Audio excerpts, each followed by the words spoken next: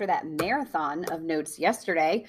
Hopefully you got through that, some Sig Figs. That was always a really jam-packed class. Usually it wasn't so much me talking. I tried to explain everything that I'd ever remembered that I'd ever been asked in class before, so I apologize for the length there.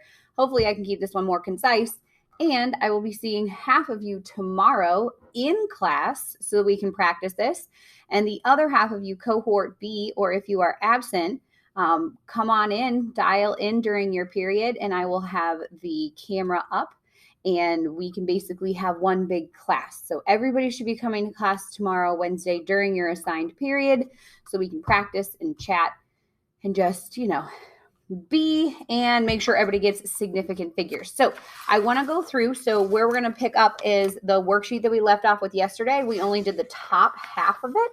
And we said we were going to do addition and subtraction the next day, and that is today. So I want to just really quickly run through and kind of a refresher of what we did yesterday. So significant figures are used to show how accurate your data is and then how accurate your answers are. So it is something that you have to learn when you get into your upper level sciences. You will use it a lot depending on what your major is and what college you go to. So we want to make sure we get you a good offering in this. I'm not saying that this is going to last the entire year for us. I eventually start to look at the content more, and the significant figures we'll just talk about how we went around, but you will have to do significant figures through the remainder of this unit into Unit 2's test. So we got to know them for at least this unit. And remember, we have non-zero numbers, and then we have 3 types of zeros. So let's go through. If you want to jot this down one more time, go ahead, pause the program. Non-zero numbers.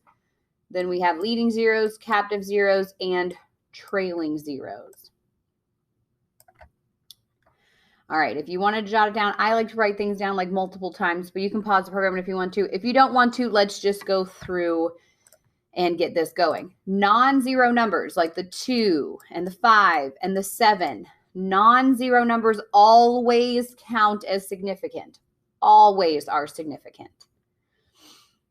Leading zeros, the number in the front, remember those are just placeholders. Okay, they show orders of magnitude. They have not been measured yet. Leading zeros never count as significant. Never are significant. Even if there is a decimal. That's the biggest thing that sometimes people, there's a decimal. If they're in the front of the first non-zero number, they don't count.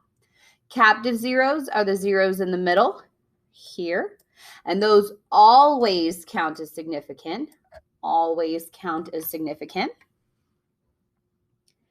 And then trailing zeros, the one at the end, boop here, okay, will count as significant if there is a decimal. So because there is the decimal here, you would say, let's get a pen. The numbers that are significant here are those numbers. But if we just had like 700 by itself, the only number that would be significant is this 7, because the zeros are insignificant because there is not a decimal. Okay, so there's 2 ways of thinking. You can try to understand this, or you can memorize the rules, and then that will help you kind of get into an understanding later. Then we talked about multiplying and dividing, and we said that the number of significant figures in your weakest measurement, that means the one with the less number of significant figures, controls how you round. Okay, so what we did yesterday was I did a couple of these on significant figures worksheet number 1. On the back, it says calculations involving significant figures. I did the first 4 with you. Just wanting to make sure you finished. If you did, here are the answers to the top half where it just says multiplication and division. Remember what you're doing is you're taking a look and you're saying, for instance, down here, this is a 3 sig fig number times a 4 sig fig number. So I'm only allowed to have 3 sig figs. This is a 4 sig fig number up against a 1 sig fig number. So I'm only allowed to have 1 sig fig. So you always take the number of figures in the smallest number is not probably the way I want to say that. You take the smallest number of significant figures, and that's the one that controls your rounding. Okay. Perfect. So now we need to talk about addition and subtraction. So we're at the bottom half of that. You can see that we do have some addition and subtraction that you hopefully left blank, because addition and subtraction has another different rule. So wherever your notes are, why don't we, it's probably right underneath the ones from yesterday, rules for addition and subtraction with significant figures. So I would label that up. It's going to be a very kind of quick, short lecture to get you to one rule, and then I want you to get more into the practice. All right, so rules for addition and subtraction with significant figures. When you set this up, I'm going to show you how to do it like old school math, and then I'll show you how to do it in a calculator that's a little bit faster. But for the understanding, I think it's best to set it up. So in your notebook, I would do 0.095 plus 0.0153. Now, in multiplication and division, you counted the number of significant figures. In addition and subtraction, you count the weakest place. Okay, so you could know 25 places after the decimal on one, and you could know 2 places past the decimal on another, and that is the only thing that you can round to. Okay, so we're talking number of sig figs in a multiplication and division, and then we talk about the place. So let's talk about what that means. So when you add this together, so we go 0, this would be a 9, this would be a 6, and for the computation portion of it, you just pretend that these are zeros, right? You just add them all together. So 09653 is what you would, how you would add it up anyways. Now, if we're talking significant figures though, what if this was a 6? And what if this was an 8? Okay. Are we absolutely sure that this is a 3 and that this is a 5? If you don't know those numbers, can you say with accuracy that you know that that's a 3 and that's a 5? Absolutely not. Okay, so what you need to do is you need to look at the weakest place when adding and measuring.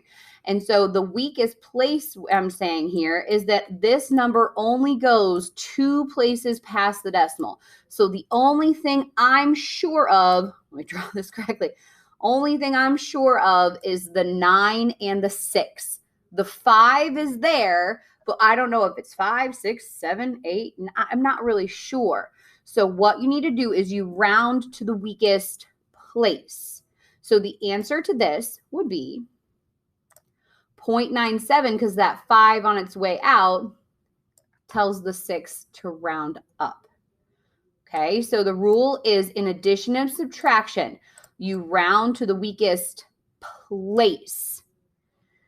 So you don't necessarily say, well, and so it's very hard because you say, oh, there's a 2 sig fig, so I need 2 sig fig. And that one just happened to work out, but it's not always like that. You look at how many places past the decimal in the weakest measurement, and you can only round to there. Okay, so hopefully you jotted down this rule.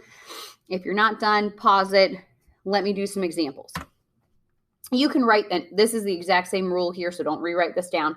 You can write these down. You can just watch whatever you think feels best here. So I have 14.0 plus 3.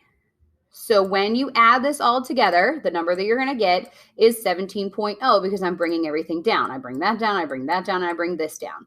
Now, am I sure, though, of this place after the decimal? Can I say that this is a 0 for sure? And you just can't. The weakest place is to the ones in this measurement, so my answer for this one is just going to be 17. Okay, let's add a different one together, though. We're going to bring it down 1, 7, 0, 0, 0. We bring down everything we have, so that's what I have written down. However, let's round it. This one is 1 place after the decimal. This one is 3 places past the decimal, but I don't know this, and I don't know this, so I can't possibly know these last ones. So the answer is I round it to 1 place after the decimal, so my answer is 17.0. Okay. All right, so I'm going to do 5 and 9. It's going to get me 14, and then plus 6, 0. Okay, or 6, 0. So again, I don't know this place, so I can't say that with certainty, but that 0 tells that 6 to stay the same. So my answer is going to be good, 14.6.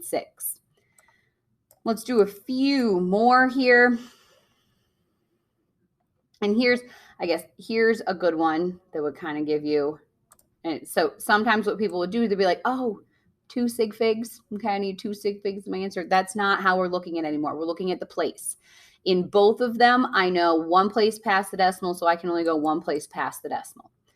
All right, so here I'm 1 place past the decimal. Here I'm 2 places past the decimal. So my weakest measurement is 1 place past the decimal. So I'm going to do 14, 6, and 9. I'm going to write it down. So I don't want to chop it and just say 14.6 because I'm rounding.